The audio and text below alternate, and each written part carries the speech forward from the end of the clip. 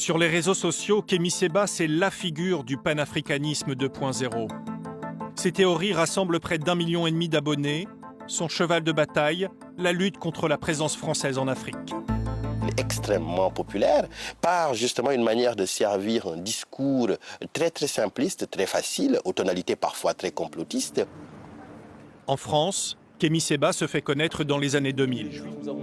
Il est le fondateur de la tribu K, un groupuscule radical inspiré du mouvement Black Panthers. Le polémiste Dieudonné lui offre ses premières tribunes. Avril 2006, sur le site de l'humoriste, Kémy Séba défend Youssouf Fofana, accusé du meurtre antisémite d'Ilan Halimi. Sale nègre, les juifs auront ta peau. Ceux qui ont dit ça, moi je les menace. Moi je les menace et je leur dis que si vous touchez à un seul cheveu, même s'il n'en a d'ailleurs pas beaucoup, de Youssouf Fofana, on s'occupera des papillotes de vos rabbins, je l'ai dit.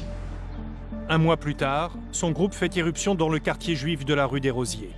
Filmé sur un téléphone portable à l'image d'une trentaine d'hommes noirs, habillés de noir, sans armes, mais menaçants.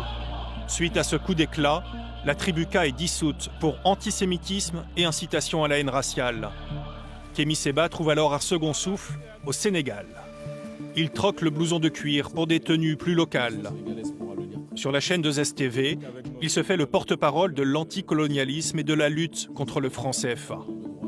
En 2017, à Dakar, il brûle en place publique un billet de 5 000 francs CFA. Une action qui lui vaudra d'être expulsé du pays. Mais qui attire l'attention d'un homme encore inconnu sur le continent, le patron du groupe Wagner. Yevgeny Prigojine me voit, me rencontre 1 an après la campagne extraordinaire qu'on a fait contre le franc CFA, et il me dit « Je veux vous soutenir ». Il me dit « Nous, ceux qui sont contre nos ennemis, sont nos amis ». Et donc ils nous soutiennent logistiquement. Fer de lance de la propagande russe, Yevgeny Prigojine se fait le bienfaiteur de la cause panafricaniste.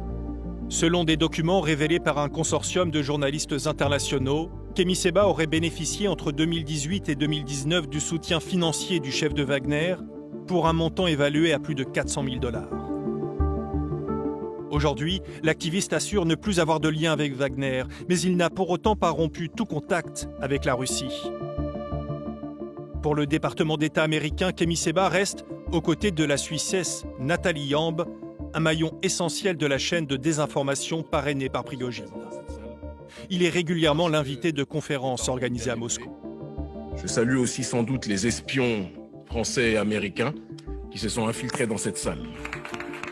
Il y prêche la fin d'un monde globalisé, un concept cher à Alexandre Douguine, l'idéologue du Kremlin, grand pourfendeur des valeurs occidentales qu'il juge décadentes. Douguine est aussi une référence pour l'extrême droite européenne. 20 ans après ses débuts, Kémy Séba a peaufiné son discours, mais les fondamentaux restent les mêmes. Quand un juif est arrêté, même sur la planète Mars, comment fonctionne le gouvernement sioniste? Mais quand un Africain est arrêté, agressé, tabassé, assassiné, on a des présidents qui viennent, je viens m'enquérir de la situation, voir si nos ressortissants ne souffrent pas trop.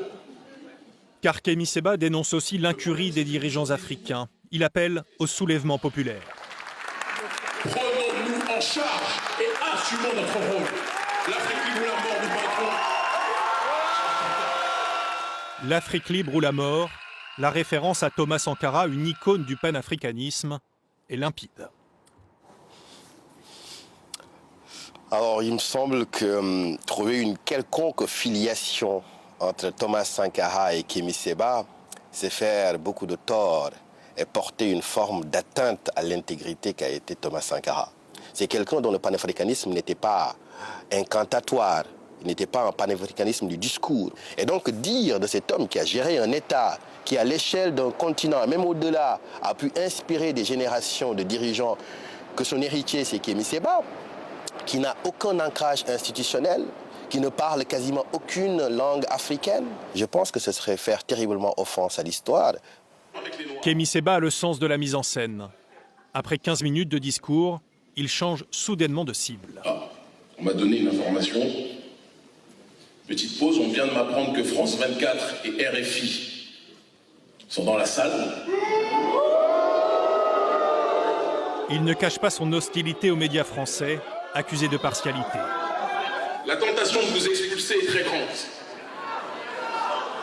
Parce que vous ne nous donnez jamais la parole. Vous ne nous invitez jamais sur vos plateaux. Vous invitez toujours des bounties sur vos plateaux qui vont raconter n'importe quoi sur la situation de notre peuple.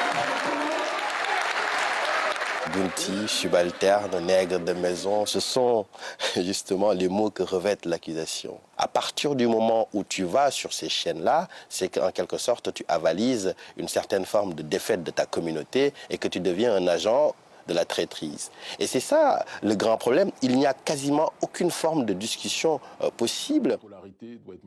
Kémi Séba préfère s'afficher sur les médias russes. Sur la chaîne Russia Today, l'influenceur parle en responsable politique. Il assure la promotion du partenariat prôné par Vladimir Poutine.